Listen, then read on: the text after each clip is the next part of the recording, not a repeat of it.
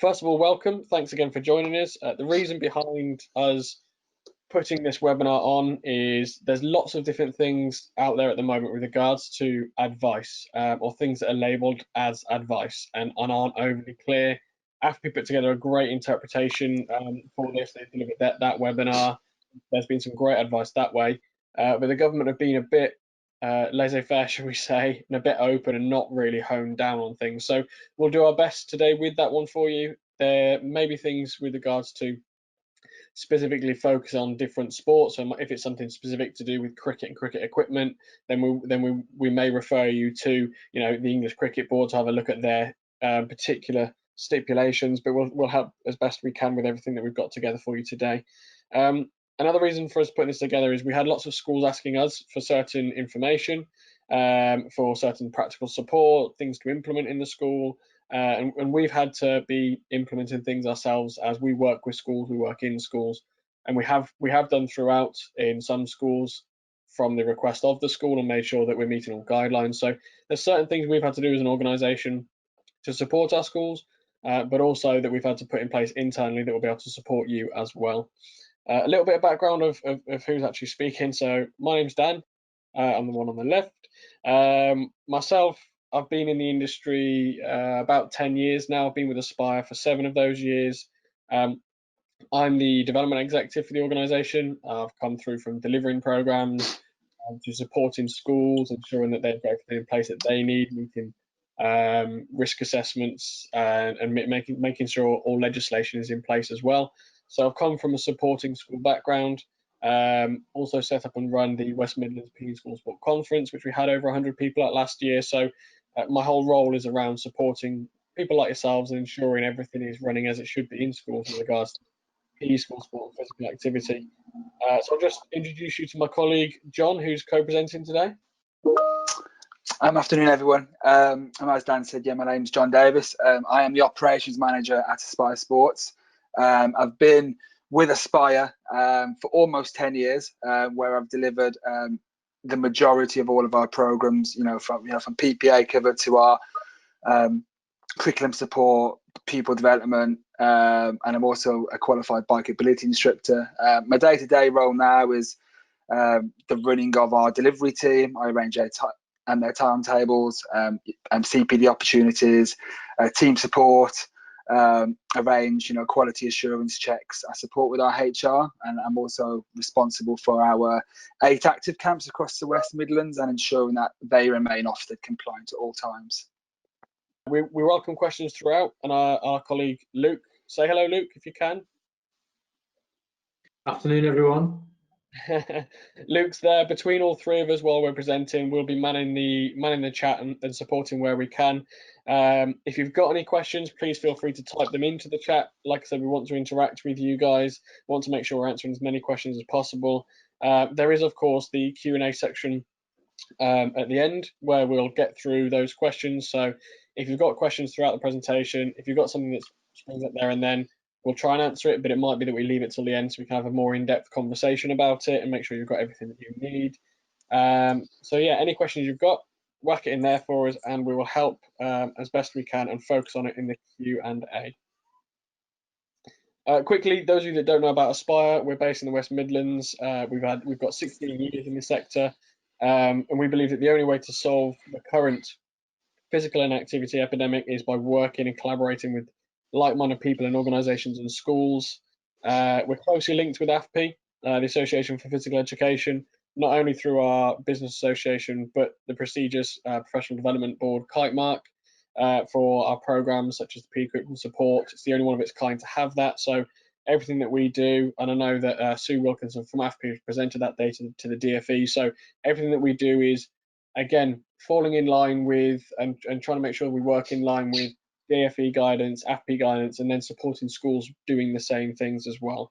We're also an accredited training provider with Sports Leaders UK, First for Sport, and NCFE, delivering CPD, accredited qualifications and non-accredited qualifications, as well as apprenticeships nationally for schools, local authorities, and companies. So our main approach is collaborating, and we collaborate with all the schools that we work with and have our services to make sure that everything that we do and everything that they're doing meets the needs of the children as well as the requirements that are set upon them. So that's the theme of today, and that's who's speaking to you. Again, any questions, fire them into the chat box. Quick mention for our friends from the P Hub with regards to the downloadable resources, the P safe activities and the checklist. The P Hub lot put a lot of effort into it. They're putting a lot of information out there at the moment. So if you do want free information regarding safe PE, check out the P Hub because they're always firing things out. That's run by qualified teachers. They've been in the industry for a very long time as well. So please do check that out for latest information. John is just going to go into starting with looking at the problems that school face at the moment. One last quick one from me. You can make sure microphones are off. That'd be fantastic. And I'll hand over to John. Yeah, so in our current world, there are many problems that we will need to find solutions for when it comes to obviously still delivering PE. And we have highlighted a few potential issues, and these are a couple of considerations that might be possible solutions for you all. So the first bit I'm going to kind of talk about is obviously like policies and procedures. So with COVID-19 becoming a temporary new norm, it is vitally important that amendments have been made to our policies and procedures when dealing with behaviour, fire and first aid, just to name a few. With our children learning, in their new bubbles, behaviour strategies may need to be adjusted to ensure that bubbles do not mix. Each school has their own procedures for behaviour, but we feel that the following questions need to be addressed with the children. Have you got clear messaging on the importance and reasons for social distancing? Are these reinforced throughout the school day by us as obviously positive role models, through posters, electronic boards and floor markings? Can this be done through storytelling or modified, simplified games for our younger children? Have you made arrangements for social distancing within the younger children? Obviously, because of their, of their age, it's obviously going to be a lot harder for us to obviously ensure that we do social distance. Obviously, those children. Is everyone clear on the expectations in line with the DfE advice? As I said, will you be modelling social distancing consistently? How will you keep the movement of pupils around the school to a minimal? Have you structured your break times and lunch times to support social distancing? And who's going to be responsible for supervising those obviously during those times? And has the school's behaviour policy been revised to include compliance with social distancing? And this has been obviously communicated to all, so obviously the teachers, the children themselves, and then obviously parents, just because it's important that we keep everyone updated with any changes that we do. If we think about your school's fire procedures, have we taken in consideration the fact that we're going to be working with a reduced number of pupils and staff in school? Have we factored in what happens if there's a key personnel absence, obviously, during a fire? How will we continue to socially distance during an evacuation? Again, has everyone been briefed on these evacuation procedures? And do any fire drills that you complete fall in line with COVID-19 planning? When dealing with first aid, the advice out there, as I'm sure you're all aware, is that minor incidents should be dealt within your bubble, as each bubble should have their own first aid kits and obviously qualified first aiders. And then it is obviously important that when we are doing first aid, if we are having to get within the 2 meters of a child, then we are obviously taking precautions to obviously go and protect ourselves. When our team members in school or during our key worker camps that we ran during Whitsun, we ensured that all of our team members had the correct PPE equipment to obviously protect themselves, so they wore face masks. We give them the option to wear a face shield, disposable gloves and aprons, which obviously all these items were obviously disposed of afterwards, and hands were obviously sanitized. I'm very confident thinking that all of your schools have probably already got all of these plans in place, with us obviously opening at the start of June. The next bit I kind of just want to really touch on is kind of thinking about our risk assessments. So again, just like our procedures, our risk assessments will need to be updated before PE can be delivered, and mitigation strategies are put in place and communicated to everyone. Specific areas that we feel you need to address within your risk assessments for PE is how children are going to leave and then re-enter a building, how children are going to move around our school site, when will children move around our school site, the learning environment themselves, have we taken in consideration, with a limited amount of equipment, stuff like wall bars, benches, etc. Is that going to be removed? Is it going to be left in the hall? And if it's going to remain, how are we going to, communicate that they're out of bound areas to the children? Have we done a newer risk assessment on the equipment itself? The equipment that can be used, and then obviously the equipment that cannot be used. And most importantly, it's really important that we are updating our sport-specific risk assessments, which include social distancing and good cleaning practices that Dan will touch on it. In a bit more detail a bit later on during this webinar. I suppose the biggest problem that we're all going to face when working in school is going to be probably the children themselves, and probably especially the children in reception in year one. The majority of these children may not understand social distancing, and will be happy just to be back in school with their friends.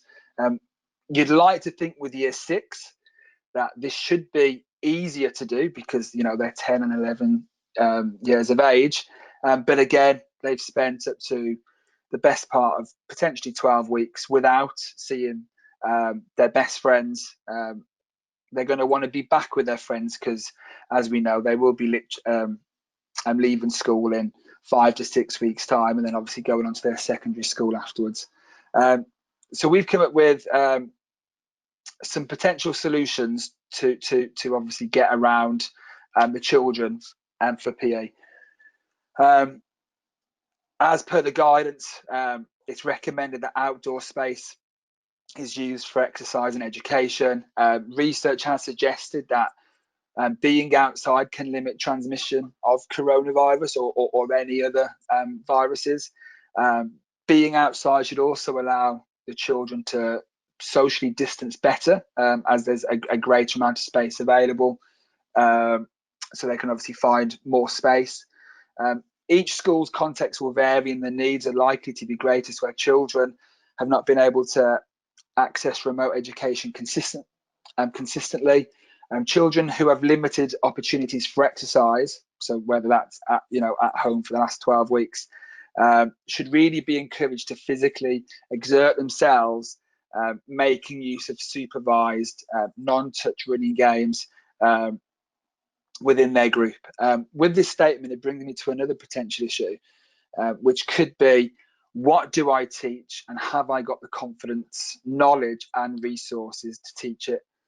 So just like as any other lesson, whether it was a PE lesson before our current situation happened, or a lesson in the classroom, it's really important we know as as teachers, as coaches, as lead educators, what we want the children to achieve, and then how we're going to go about achieving it. So this is where good planning and preparation is going to be absolutely vital now during these times. It's been recommended that bubbles do not share equipment unless it's been thoroughly cleaned between uses. So we've got a couple of options that we feel could be used within schools to obviously help with this. And one option could be that each class has their own equipment allocated to them. This could be a bag of equipment that's only going to be used by that bubble, and it could have a mixture of different equipment items in it. Equipment items that are easily cleaned and maintained both before, during, and after use. So maybe having a bit of a multi-skills focused half term, obviously before we break it for the summer. Another option could be to look at the curriculum as a whole and decide what sports can be delivered safely and effectively in your school with social distancing obviously in place. AFP have stated as part of their guidance that activities will come down to the school's preference. We believe that athletics, outdoor adventure, dance, gymnastics, tennis, cricket, and tri-golf can be delivered with good planning and cleaning measures in place. If equipment is an issue for your school, then you may, as PE leads, want to allocate specific curriculum focuses to a year group. So year one might have a curriculum focus of athletics, just because we can all do running, jumping, and throwing with a limited amount of equipment. And then year six is could do any other curriculum. You might have a focus of outdoor and adventure, just because it's a good opportunity for you to do cross-curricular links with the PE and the physical side of it, and then obviously linking it back to maths as well.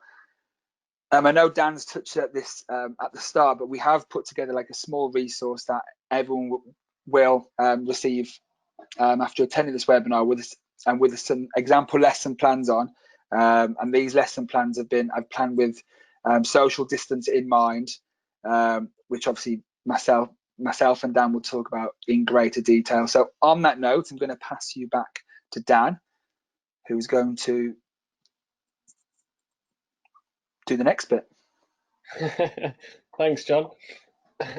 Yeah, so leading on from what John's gone through there with regards to the problems, and the key things to take away from this are the planning side of things, the risk assessments, the policies, the procedures, and so on. It's the stuff that's not glamorous, not fun, but if those things are put in place from yourself through the senior leadership team, then that should give more clear guidance. And lots of questions we've had are, where is this guidance, this dead set clear guidance of what we can and can't do? The reason we're putting this on, and the issue is there isn't any. There's not something out there that says this is exactly how to do this, and this.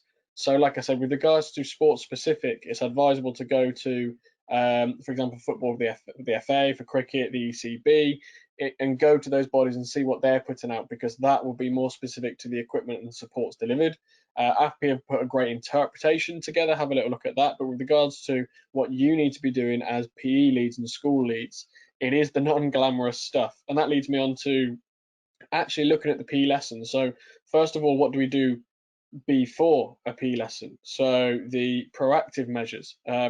Just quickly, when I put this first image up, I want to do a little bit of a poll in the chat. So first of all, it's not that. When I say protective measures, I don't mean that, but I know that can be something that springs to people's minds. It can be a bit scary. So just in the chat, while we're going through, and we'll look at this at the end, we'll do a really quick poll based on how you're feeling towards having to deliver PE during this time. And I know that some of you will, and quite a lot of you have been delivering PE during lockdown, because schools are still being opened. It might be on a rota basis. There might have been central hubs. Your school might have been closed, but it might have been based elsewhere. But if you've delivered PE, how have you felt about it?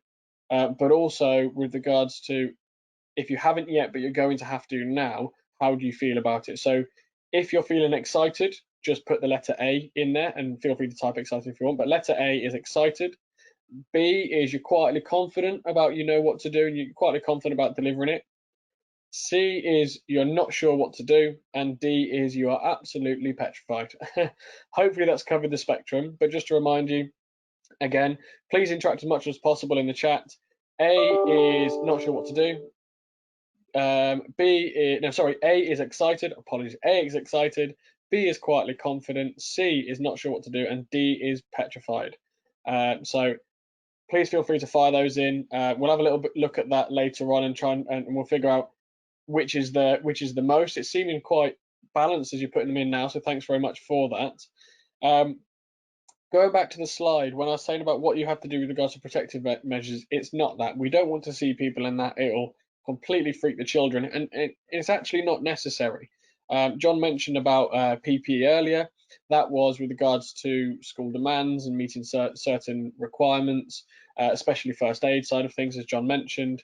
But what we're really talking about is the checklist side of things.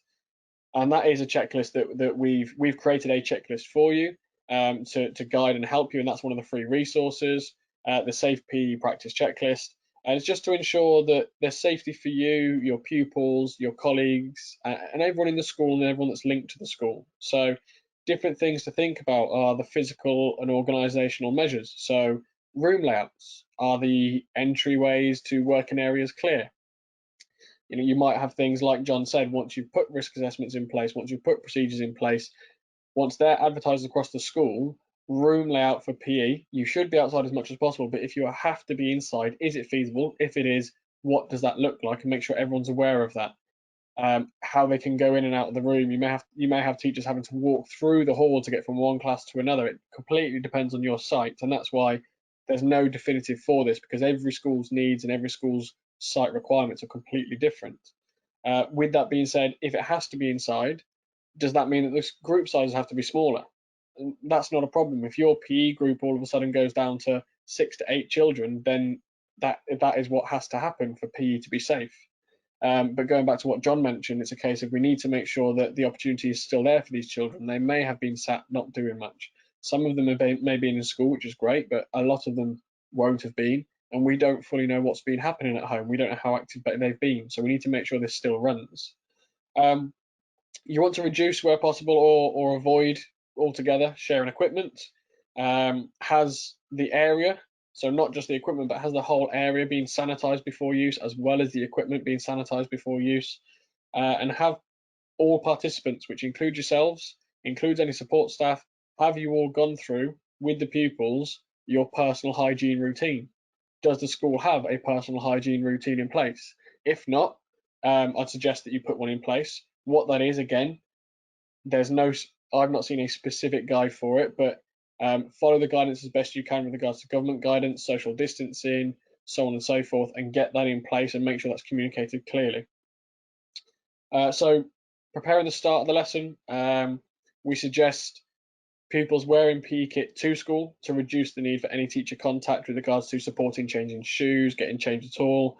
We all know about undoing and doing up the top button on the younger ones. That we don't want to have those interactions if we can help it. Jewelry, I know this depends on the schools, but can we communicate with parents? And it's really important to get the parents involved in this communication. Can we ensure that actually during this time there isn't any jewelry? And if there has to be jewelry for whatever reason, what your policies and procedures are in that scenario. So they all need to be updated with all of these questions answered in there. We want to be able to reduce the touching of the face, so it's not just teachers helping or helping put in a plaster to cover something up. It's children touching, and it's also jewelry can cause injuries, and that again presents the issue of a member of staff having to perform first aid for that child and creating that opportunity for cross contamination. And that's where we go back to the PPE picture on the slide at the moment. Like John mentioned, there's the safe PE activity examples, making sure you consulted those. On there, there's the questions and the statements of the COVID-19 aspects to be thinking about. So make sure the resource, it's not covering every single lesson of every part of the curriculum. It's just ideas on these resources. Take those questions and how it's laid out and apply it to all the other areas, and hopefully that will help. And one final thing is giving the pupils the responsibility to set up their own area. John mentioned about classrooms or bubbles having their own equipment bag. That saves people having to go in and out of the equipment store. It saves cross-contamination between groups and bubbles. And if the children have got the equipment, and they're sanitising it before and afterwards, then they can set up their area during and put that into your planning of how you're going to instruct children to do that. So it's all, like I said, the non-glamorous setting up and preparing for a PE lesson. It's the non-glamorous stuff. And the same goes for the next bit. The next bit with regards to what you must do during a PE lesson. In this section, a lot of people might be thinking, great, what practical lessons can I deliver? And that's where the safe activities examples comes in, the resource. So download that and have a little look. Actually, this is what I want to focus on more, and this is what everyone else should be focusing on more, and that's the safety. So, like I said, the least glamorous, but if we put everything in place with regards to planning, then the lessons can be enjoyable. If the pupils are aware and have been communicated with, in this situation, this time, safety comes first, but we want PE to happen and we want to make it fun. If they're aware of what's going on, then they won't be obstacles, they won't be barriers. It will just become the new norm, and everyone's talking about this new norm. No one can say what it is for sure, but if we can help put these things in place and communicate that to the children, hopefully the transition to this new norm for those children will be much easier, much smoother, and much less disruptive for you and for them. So again, it's what we prepped for. It's exits, entrances, and walkways clearly marked, ensuring all activities are distance and are planned as non-contact. A couple of things that are missed. So with the exits and walkways, is there a safe zone where, and we always have it, a member of staff needs to come in and speak to you, or they need to come in and relay a message to a child? If you're having to be in the hall or having to be outside, and people are a bit unsure of, oh, someone else is coming to the bubble to communicate, do you have a process in place? Do you have a marked out area in place where they know they can come in and stand there? And if someone stood in there that's not part of the lesson, they need to speak to someone, and that way you can interact with them safely. The children don't feel as though they're a bit unsure of what they should do. They know what is happening. Do you have a cleaning station? So during the PE lesson, if you've got a table, a bench, an area with cleaning resources in them, you know, disinfectant wipes and sprays and so on and so forth, then that can really help with regards to sharing equipment. If it must happen, this equipment should have stayed in the bubble anyway. The children will disinfect before and after the lesson, but we still want to prepare and be safe as much as possible. So if, for example, a racket has to be shared, any piece of equipment has to be shared and passed to the other child, then can it be disinfected and passed over, or left in an area where it is disinfected? Again, I'd recommend not sharing equipment, but also looking at the governing body for that sport. If you're planning on delivering a cricket lesson, like I said, check what the ECB is putting out with regards to equipment and their guidance. Each sports governing body is the ideal place to find what should be happening in each of those sports. Last one on this one is with regards to the visual risk assessments. So John mentioned about having risk assessments in place, procedures in place, and it's making sure, as with any PE lesson, it's just amending what ongoing visual risk assessments you put in place.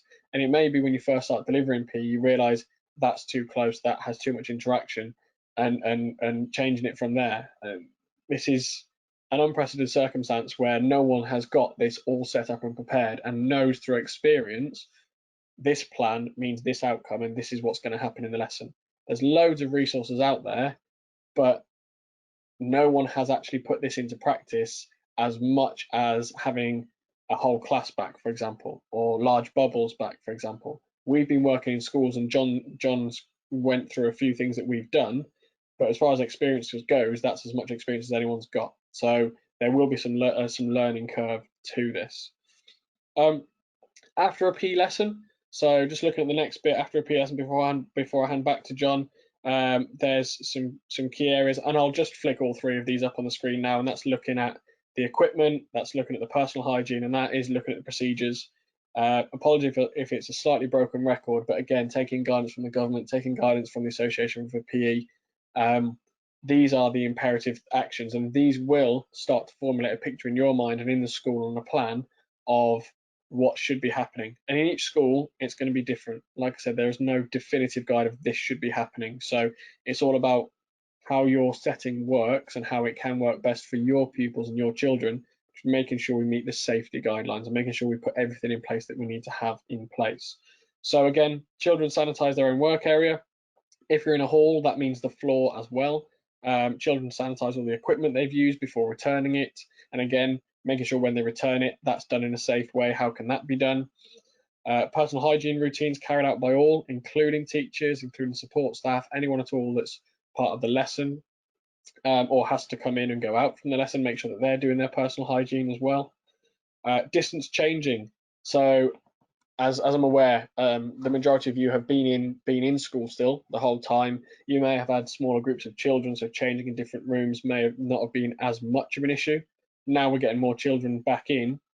Have we got a plan in place of, okay, yes, they're arriving in PE kit after the PE lesson. Do we want to get them changed? Is that best personal hygiene, and to get changed out of sweaty PE clothes for the rest of the day, or what period of day it is?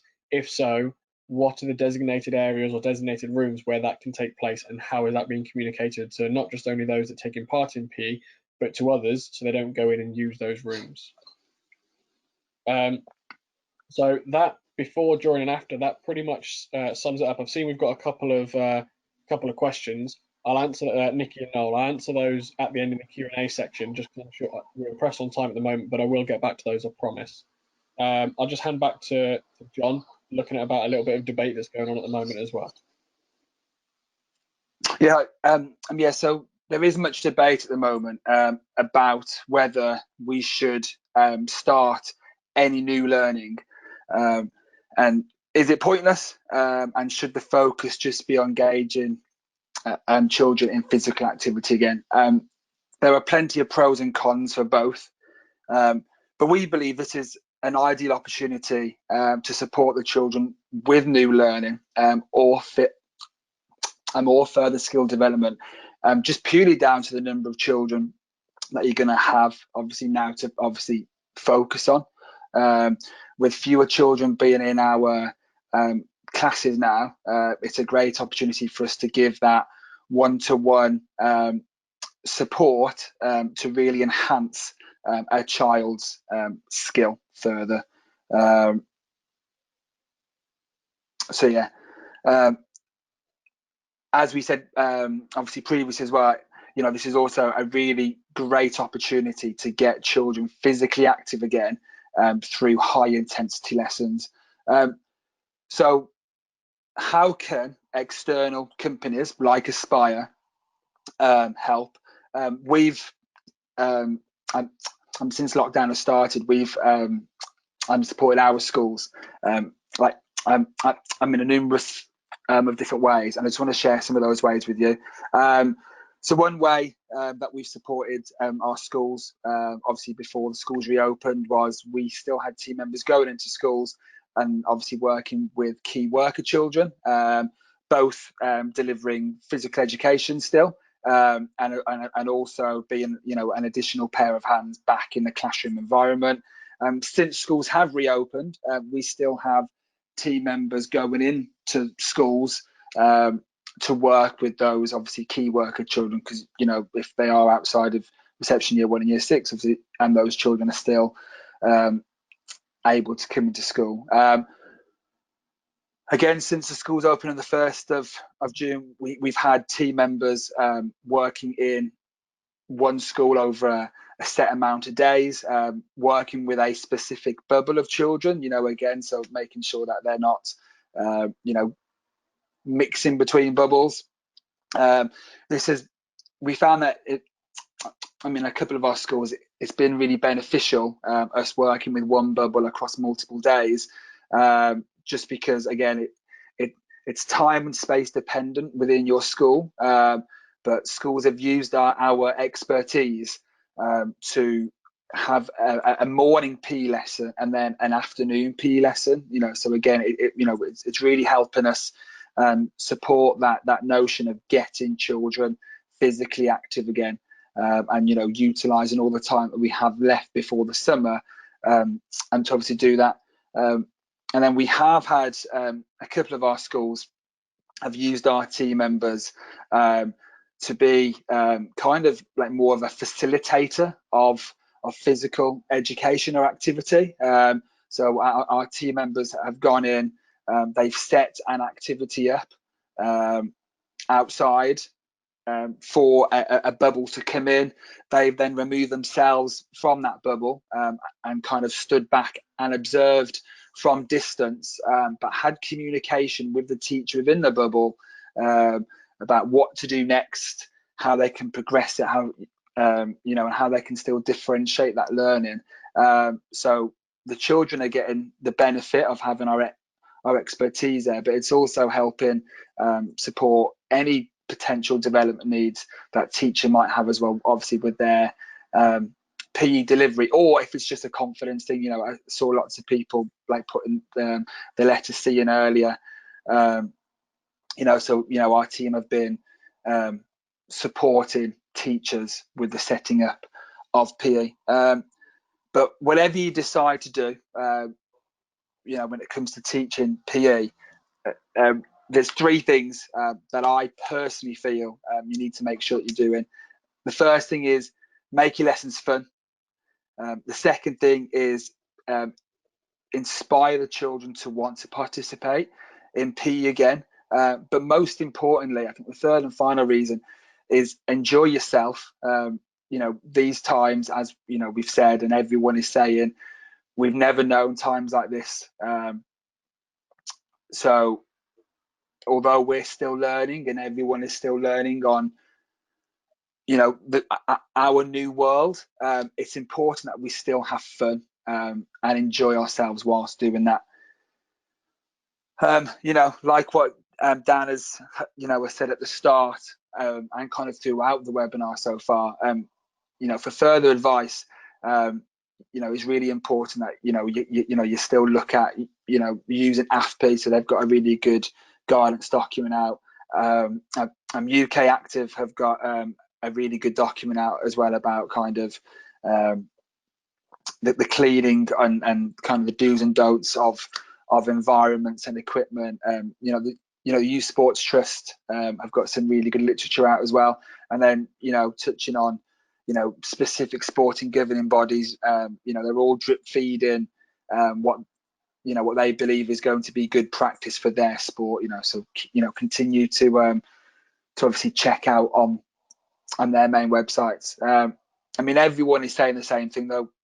You know, at the end of the day, we want our children to be physically active again, but we want to make sure that everyone remains safe and well. So on that, I'm going to pass you back to Dan, who's going to finish us off. Yeah, just on the aspects that John's highlighted there. If I was going to recommend anything, it would be, if you're not already an AFP member school, have a look at becoming an AFP member school. Just afp.afp.co.uk. Their contact details are on there. Their individual contact details are on there. If you've ever got any specific questions, please do go on there, and Sue and the team, Simons and the rest of the team will be more than happy to help. That is what they do. That is what they aim to do, is help every single school as best they can with PE, especially given this difficult time. So just before we move on to the question and answer section, we've got some questions on the chat which I can see, so we'll get to those. Just quickly with regards to the poll, there's some great confidence out there, which is really, really good to see. We had a few people saying A, which is you're excited, and I get the enthusiasm. It's what John was saying, is exciting to get back into delivering P to more pupils. I know you may have been doing it already. And B and C, no one put D, so no one's petrified, which is great. But B and C, there were only two between these.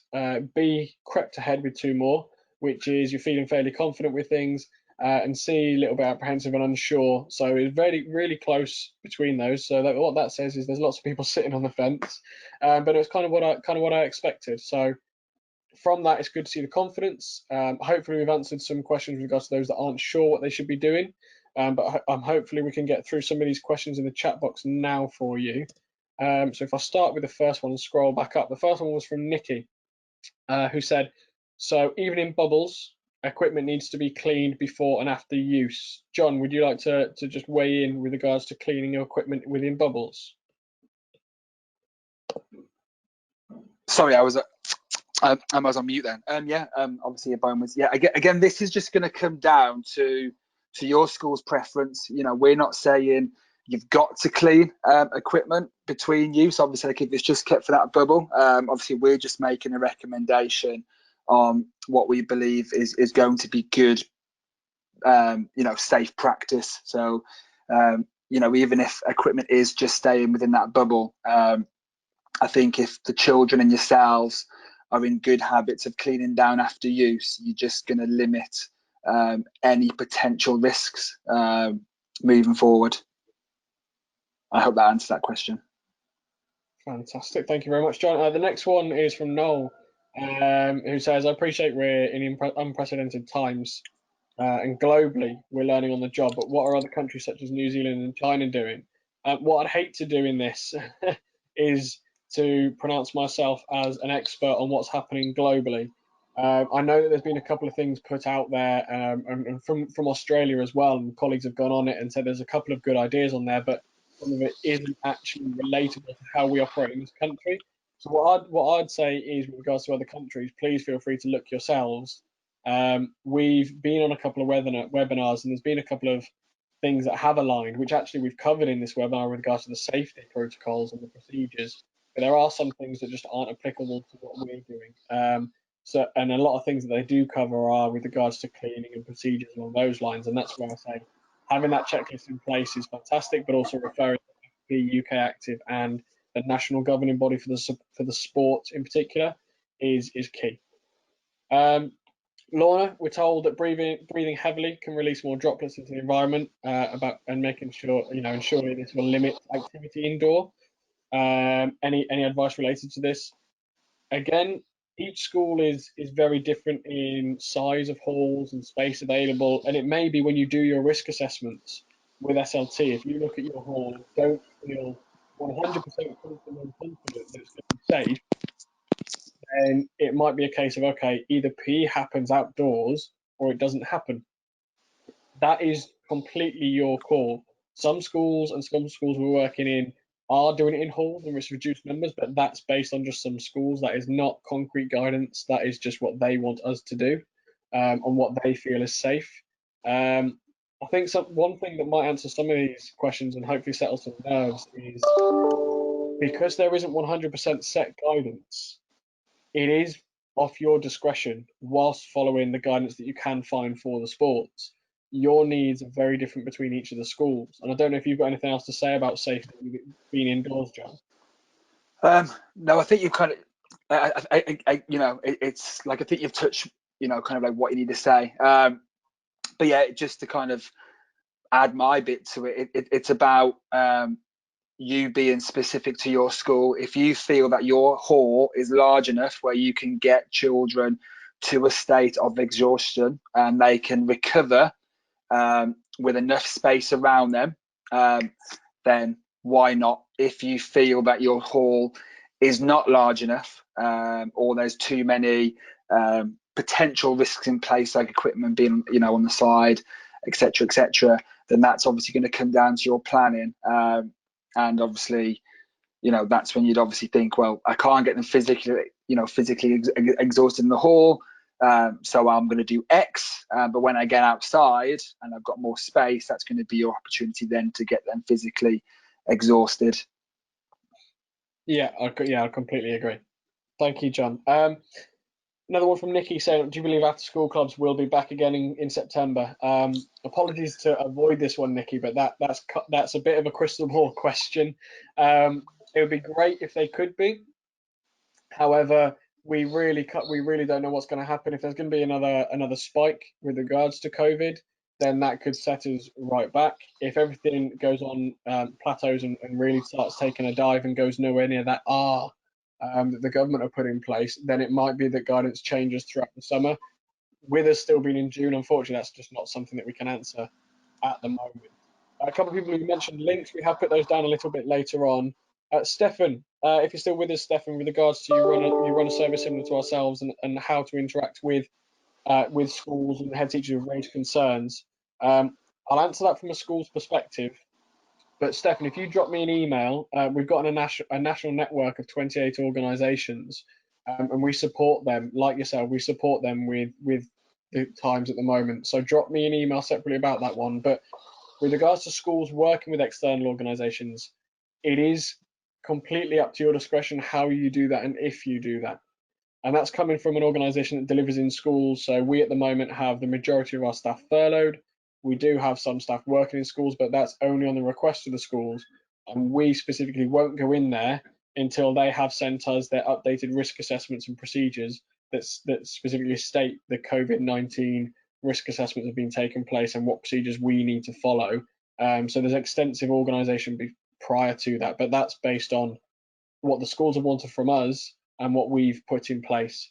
Again, there's no concrete guidance on working with external organisations, but John, being operations manager, have you got anything in particular you feel you need to highlight for those that want to work with external organisations?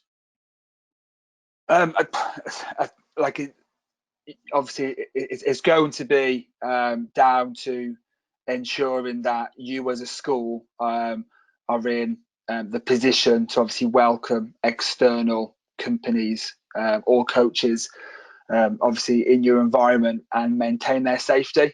If that's something your school feels that they can do, then obviously that's going to be obviously your choice to obviously do that. If it's something you feel that that cannot be done at this moment in time, then you may then review it in a couple of weeks' time, and then maybe look to get sport coaches, teachers, experts back into your school then when you've up and running and understand what your school day looks like then. Yeah, again, going back to the non-glamorous side of things, I can't emphasize enough, the most important thing that you can do is ensure that those risk assessments have taken place, those procedures are in place. SLT have signed all of this off. If you are SLT, scrutinize it. Are you 100% happy with it? If not, make those changes. And then it's the communication channels through to the children, through to the parents, through to all the staff, all the support staff, everyone that could possibly be on site or influence anything on site. Once they're in place, that should then guide you with regards to delivery. And again, those resources, that checklist, that download, the checklist and the activity ideas, that should hopefully give you a bit more of an inkling with during the lesson as well. Nikki, I've noticed you said about same as Stefan. Again, drop me an email and we'll sort that out separately. Jodie mentioned about what does competition look like. I suppose with competition, if you want to ensure social distancing, what we've got to think about is competition doesn't always have to be against other children, other schools. It can be the internal competition, and this is something that we try and get across in all of our lessons, regardless of COVID. It's not always comparing yourself to other people. It's okay, are you progressing as an individual? Is that people progressing? Can they compete against their own personal bests, and are they developing from there? Because when we go back to it, looking at assessment of pupils, assessment of and for learning for the pupils individually, that should be an individual basis anyway. So if we can put competition into that scale and really hone it in on that side of things, that's how you can keep competition in there. With regards to inter-class, intra-house competitions, I would say for the time being, if you can do it safely, it's your choice. But I wouldn't have any specific guidance on that, and I would look at the personal competition if I have any recommendations. So the links have been shared. The link has been shared a couple of times. My email address is in there. That's dan.hayes@aspire-sports.co.uk. Stefan and Nikki, feel free to drop me an email. Anyone else, feel free to drop me an email if you've got any other specific questions. Ronnie, with regards to sharing of the video, we've got another webinar tomorrow evening. We are recording these, and we are trying to make sure that that basically the best copy that we get, we can share in one way or another. And those that have attended the webinar, we can drop an email to about that. But we haven't got a set date of what that's going to look like. Any other questions before we shoot? If you've got the link's just been reshared again, and I'll reshare it for another time, just to make sure no one's getting the wrong link. So that's up there. We put it up a few times. Anyone has any issues with accessing that, please drop me an email again. If anyone's got any questions while we're still on, please fire them into the chat. We're happy to answer them. Thank you very much, guys, for taking the time to be with us. Hopefully we've been able to help. Hopefully we've been able to settle some nerves, even though we had a lot of confidence. A lot of people are selecting B, which is great. But if anything crops up, you have a little think tonight. about the webinar, a bit of reflection, you go to start planning your lessons, you use the resources and the checklist. Any questions, please drop me an email. That's what we're here for. That's why we're doing this. We're trying to help. But if there's not any more questions, again, thank you for your time. Thank you, John, as well. Thank you very much. Thank you, everyone. Thanks for all your input. Thanks, Luke, as well, for supporting with this. And hopefully everyone stays safe, and we'll speak to you all soon.